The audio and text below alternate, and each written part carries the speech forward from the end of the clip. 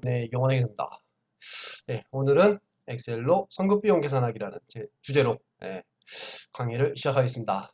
아, 참 결산 분기들이 문제죠.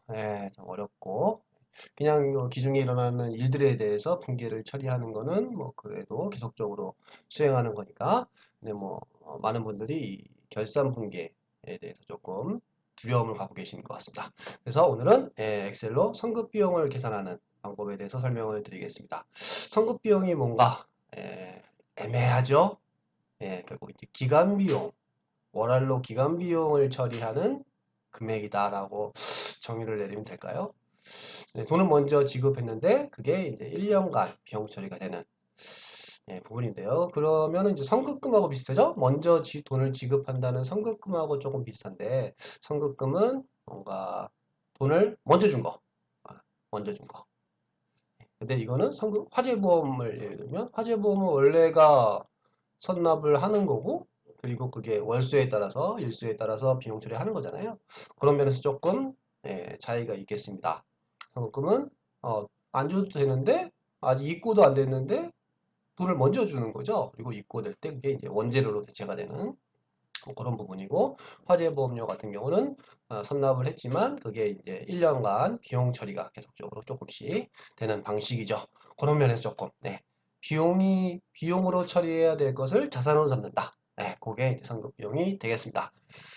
일단은 우리가 결국 이 선급 비용이라고 하는 것은 시작과 종료가 있는데, 예, 요게 이제 한 회계 기간에 걸려 있으면 전부 다 비용 처리하면 되는데, 여기에 이제 결산일 12월 31일이 딱 걸려 버리는 거죠.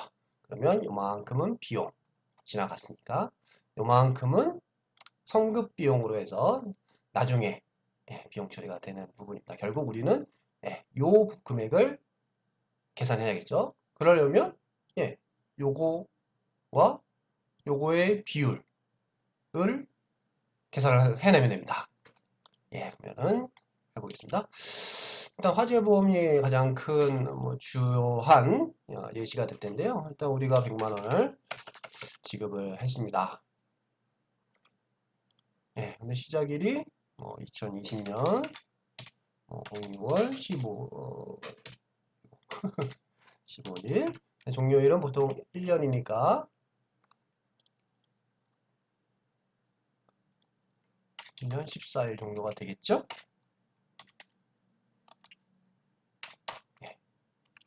자, 됐죠? 그러면 계산을 해보겠습니다. 일단 총 일수 요거 빼기 이거 플러스 1. 365일. 자, 플러스 1을 하는 이유는 그냥 이거 빼기 이거를 하면 요 날짜가 포함이 안 되죠? 그래서 플러스 1을 해주게 됩니다. 사실 뭐 중요한 부분은 아닌데, 이제 이게 틀리냐 맞냐를 태클 거는 사람 입장에서는 이거 왜 플러스 1 안 했냐 뭐 이런 얘기를 할 수 있죠. 그러면 무조건 뭐 플러스 1을 해야 된다라고 외우지 말고 또 상황에 따라서 해야 되는 경우 안 해야 되는 경우가 많으니까 여기 빼기 요거를 했는데 사실 15일도 포함을 시켜야 되니까 플러스를 해야 된다라고 생각을 하시면 될 것 같습니다. 자, 이제 성급일수가 남았는데 아까 보시면 결산일은 12월 30일인데 종료일이 2021년이죠? 그러면 아직 지나가지 않은 성급일수 미경과일수로 할까요? 미경과일수. 이게 바로 성급일수 1고 그러면 요거 빼기 이거. 이번엔 어떻게 할까요? 결산일이 포함이 될까요? 안 될까요? 선납 12월 31일은 지났으니까 엄밀히 얘기하면 안 된 거겠죠? 플러스 1을 안 해줍니다. 원칙적으로는 뭐 요게 맞을 텐데 사실 뭐 플러스 1 하냐 안 하냐 중요한 뭐 금액적인 이펙트가 없으니까 사실 중요하지는 않습니다. 근데 아까도 얘기했듯이 태클 걸려는 사람 입장에서는 뭐 이렇게 태클을 걸 수 있겠죠. 그러니까 조심을 조금 생각을 해야 돼. 생각. 플러스 1을 한 이유, 플러스 1을 하지 않은 이유 이런 걸 생각하면서 계산하면 좋을 것 같습니다. 그럼 선급 비용은 총 금액을 총일수로 나누고 곱하기 미경과일수 여기 나오죠.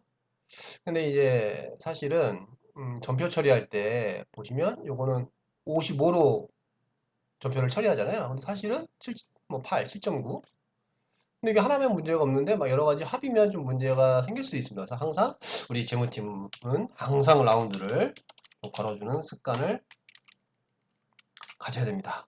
예. 아니면 욕먹어요. 예. 이렇게. 그 다음에 두 번째 한번 보겠습니다. 자동차 보면, 이거는 120만원 줬어. 시작일은 한 뭐 5월 15일. 뭐, 날짜는 중요한 게 아니니까. 이것도 1년이어서 뭐 5월 14일로 했다고. 5월이죠? 네. 자, 그러면 요거를 컨트롤 C, 컨트롤 V. 예, 복사를 하면 그대로 되죠? 자, 요것도 그 복사를 해봅니다. 밸류 뜨죠? 예. 요게 내려왔죠. 카피하면서. 이거는 어떻게 하느냐. 달러를 붙이면 되겠죠. 이 경과일은 결산 일자는 바뀌면 안 되니까 여기에 F4 누르면 달러 표시 두 개가 되죠. 이거는 고정이니까 네, 딱. 그래서 네, 이거는 고정. 그 다음에 이건 내리면 될까요? 안 될까요? 카피하는 방법도 있고 이렇게 내리는 방법도 있죠. 네. 그럼 다시 한번 눌러봅니다. 어, 맞네. 그 다음에 또 하나의 얘는 이제 선납이자가 될 수 있는데 보통은 뭐 매월 이자를 지급하지만 선납하는 경우가 있습니다. 한 달치 먼저 주는 경우. 그것도 한번 20만원. 뭐 요거는 뭐 한 달치니까 한 11월, 12월로 해보겠습니다. 1년 뭐 이렇게 했다고 칠게요. 뭐 15일, 15일이라고 할게요. 그러면 요거를 그대로 쑥 내리면 되겠죠. 여기서 아까 문제가 없었으니까 여기도 이렇게 밑으로 내렸을 때 문제가 안 생기겠죠. 이렇게 32일간 20만 원인데 12월 15일부터 1월 15일까지의 금액이니까 결국 우리가 12월 31일이라고 생각해도 좋고 1월 1일이라고 생각해도 좋고 1월 1일부터 1월 15일까지의 비용은 93,000원이니 20만 원 중에 11만 원 정도, 10만 7천 원 정도는 비용 처리하고 나머지 93,000원 750원은 성급 비용으로 비용 처리하면 안 된다라는 뜻입니다. 자, 이제 우리가 값을 구해 볼게요. 뭐 보정료는 뭐 성급 비용이 예로 보정료도 있을 텐데. 자, 분기를 어떻게 처리할까요? 우리가 이렇게 처리하면 되나요? 성급 비용 보험료 보험료로 처리됐는지를 모르죠? 야, 이게 틀릴 수도 있고 맞을 수도 있습니다. 왜냐하면 예전에 어떤 이유인지는 모르겠지만 성급 비용이 남아있을 수도 있어요. 근데 우리는 정답을 구했잖아요. 기말 정답을 구했어요. 만약에 화재 보험료로 10만 원을 이 장부상에 있었어. 그러면 우리가 성급 비용으로 대체될 금액은 10만 원을 빼야겠죠. 그래서 10만 원 더하기 이것이 98만 6천 원이 되도록 해야 되는 겁니다. 이 값이 되도록. 근데 사실 이렇게 막 따지고 하면은 너무 어렵잖아요. 그래서 보통은 리버스를 해줍니다. 이게 12월 31일 날 이렇게 붕괴를 쳐주면 내년도 1월 1일자에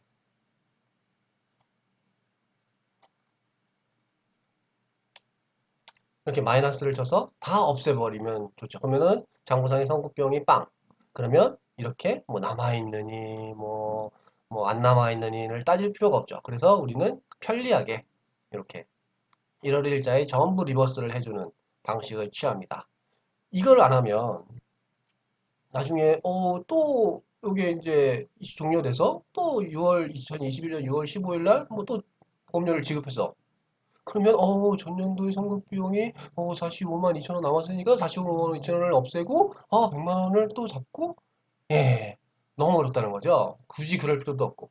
그래서 결산일에 한 번 잡는 개념으로 해서 결산에 잡고 1월 1일자에 전부 다 리버스 시켜서 없애버리는 결산 붕괴는 이렇게 좀 리버스하는 경우가 좀 있습니다. 그래서 이런 붕괴 처리를 이 리버스 붕괴라는 게 왜 해야 되는지에 대해서 생각을 해보시면 참 좋을 것 같습니다. 그리고 이제 첫 번째 붕괴가 이게 맞냐? 참 그렇죠. 요 붕괴는 결국 요 지급할 때를 전부 보험료로 처리했다.